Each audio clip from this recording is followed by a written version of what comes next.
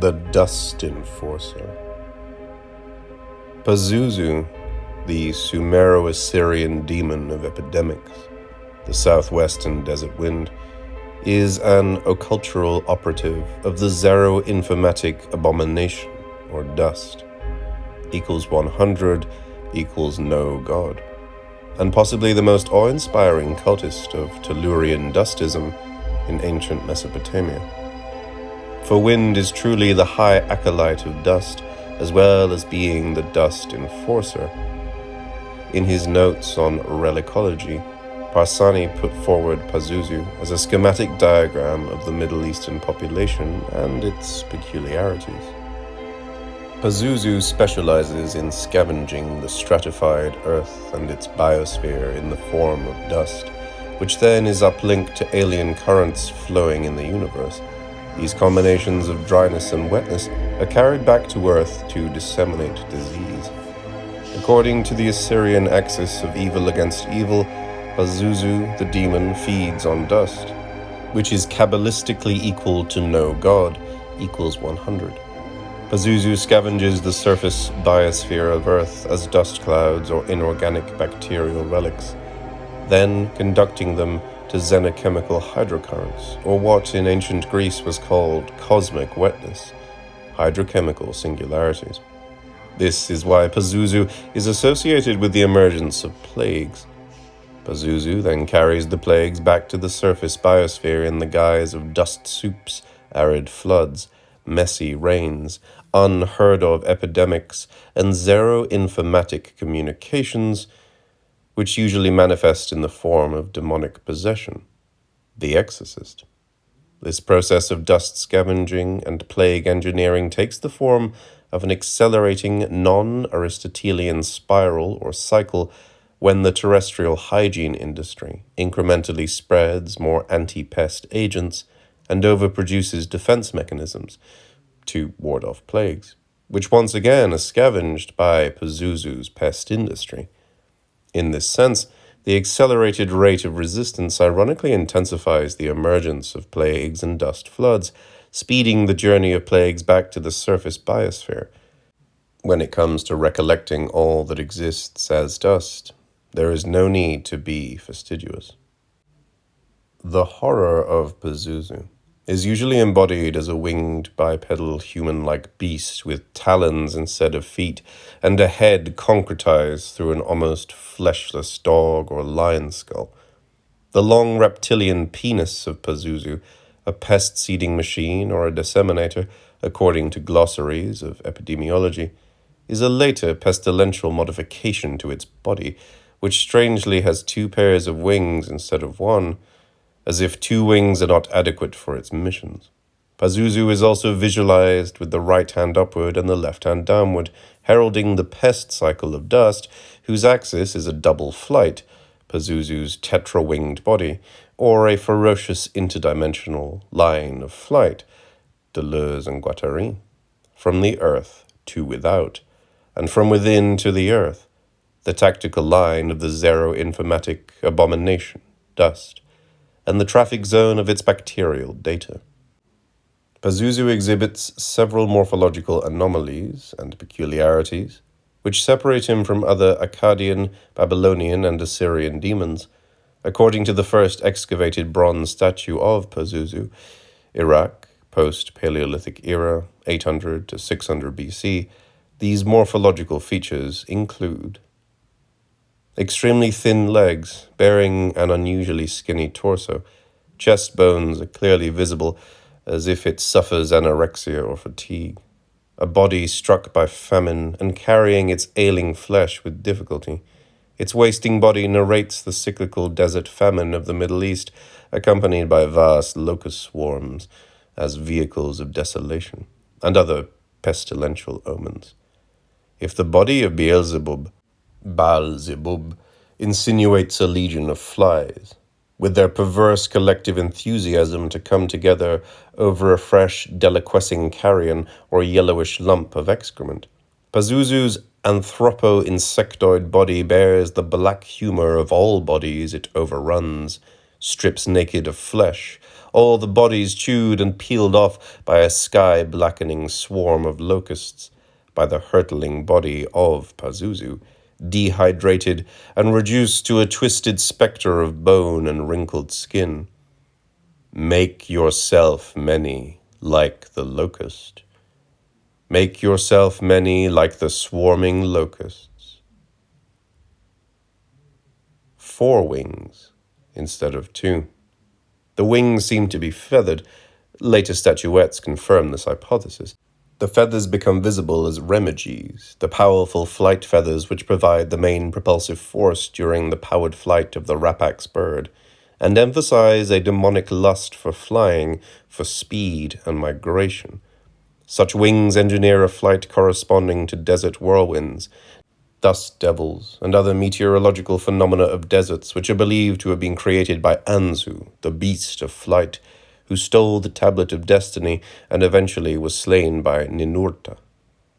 The Sumero-Akkadian epic of Ninurta portrays Anzu as the forerunner of later flying demons, the engineer of demonic flight and of beasts with feathered wings, which are linked to cyclogenesis, sonic havoc, spiraling storms across deserts, and dust devils.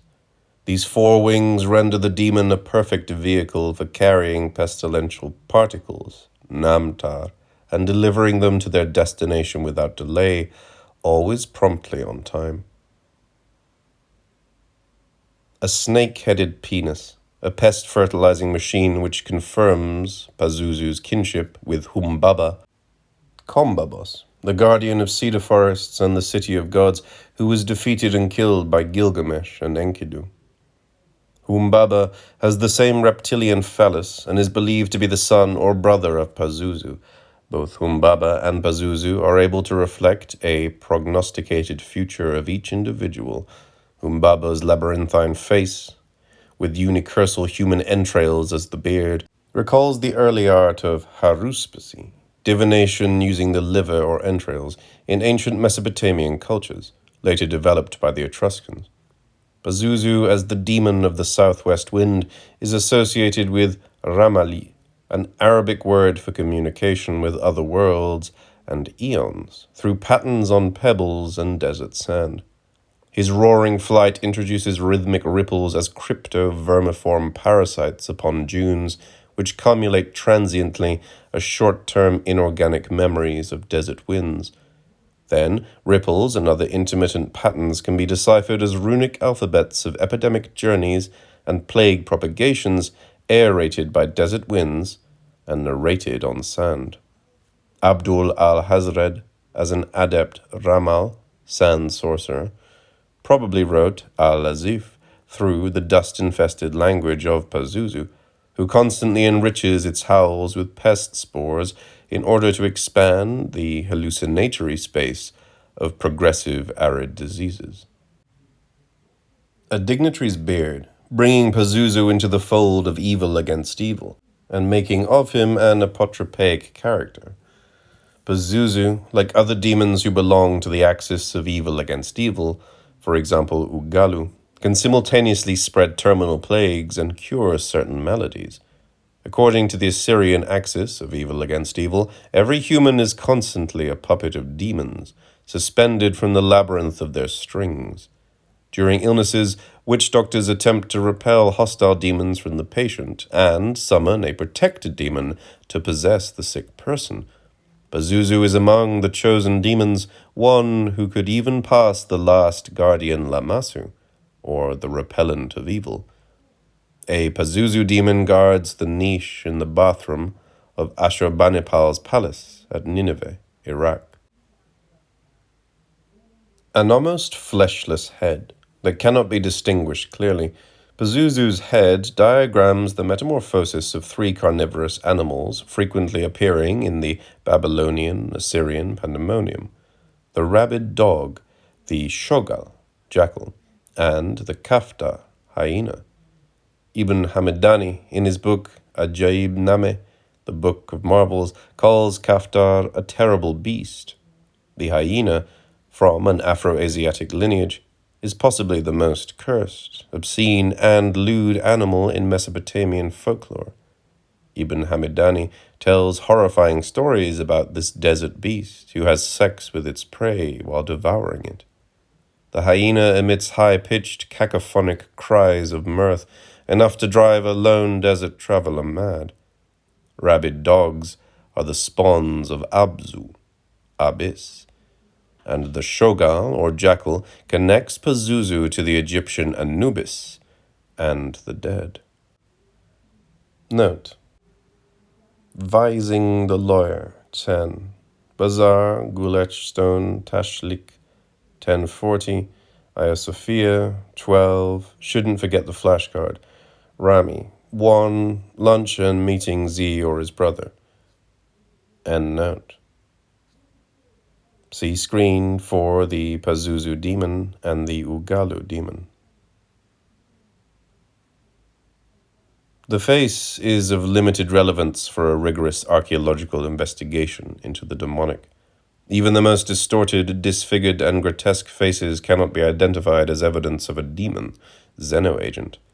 That is to say, faciality cannot be a constitutive element in diagramming a demon, especially in the period from the rise of Mesopotamian civilizations to the end of antiquity and the early Middle Ages. All radical xenodemons have a diagrammatic seal of their own. They are always delineated by anomalous cartographies or diagrams based on which their bodies, positions, and arrangement of their appendages, organs, are presented, built, and recomposed. Or else they are identified by their coming in pairs, one a recognizable entity, and the other an obscure twin of the familiar entity. Examples include the Phoenician and Etruscanian demons. The most well-known demonograms are as follows. The right hand upward and the left hand downward suggests a backwash model of epidemics. It is the seal of pestin forces. Outstretched hands, one pointing east and one pointing west. Solar demons. The Romans borrowed the same diagrammatic position from Babylonians for their crucifixions. This demonogram later influenced the religious iconography of Mithraism and then Christianity, the most prominent examples being, of course, the iconographic portraits of the crucified Jesus. Bodily organs, appendages, connected to each other by curves and circles, which construct a closed or sealed labyrinthine convolution. Smaller wings attached to the main wings, or possession of more wings than are necessary for flying and migration. Horns forming spirals. In contrast to general belief, horns are not satanic agents, or horns pointing to each other, which signify archdemons. Legs open far apart so as to draw a triangle, also known as the three-dotted profanity, which is among the most significant diagrams of unlocalizable or betraying demons. The demonogram of Pazuzu, the right hand upward and the left hand downward, is the unique abysmal cartography of disease. It signifies the rotation of the wheel of pestilence. This demonogram confirms that Pazuzu, like Ugalu, belongs to the legion of plague-dissipating demons. Demonograms demonstrate the abstract distribution of demons. They are plans for demonic mobilization in a military sense. They believe Mesopotamia and the whole Middle East is overclouded by some kind of fog of war which is peculiar to the Near and Middle Eastern regions of Asia. That you must practice blindness, must dry out your lungs, and return to dust in order to coalesce with the reeking pit of the Middle East. The inhabitants of a village near Tel Koyunjik, which is believed to be the ancient site of Nineveh, told us that this arid fog is the haze of Pazuzu, the searing mushroom cloud of Middle East. To live in dust requires a certain degree of demonism, which Western people deem too much for humans. Jackson West does not think the Middle East is a geopolitical region. He thinks that the Middle East is alive. Not metaphorically. It is alive in a real sense, waiting to let loose its sentience. It is alive, but it doesn't need to survive, because it has a life of its own. This was the last thing West told me before reconnoitering Mosul with his sons to locate that Iranian oil smuggler and that guy Omar who claims to have the diaries of Ibn Maymum, the Persian occult saboteur, guerrilla expert, and conspiracist who assisted the Al-Fatimid to overthrow the Caliphate regime in Egypt.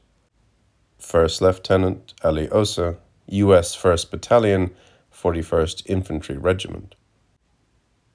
Tel Kuyunjik, Nineveh, 36 degrees, 24 minutes north, 43 degrees, 8 minutes east.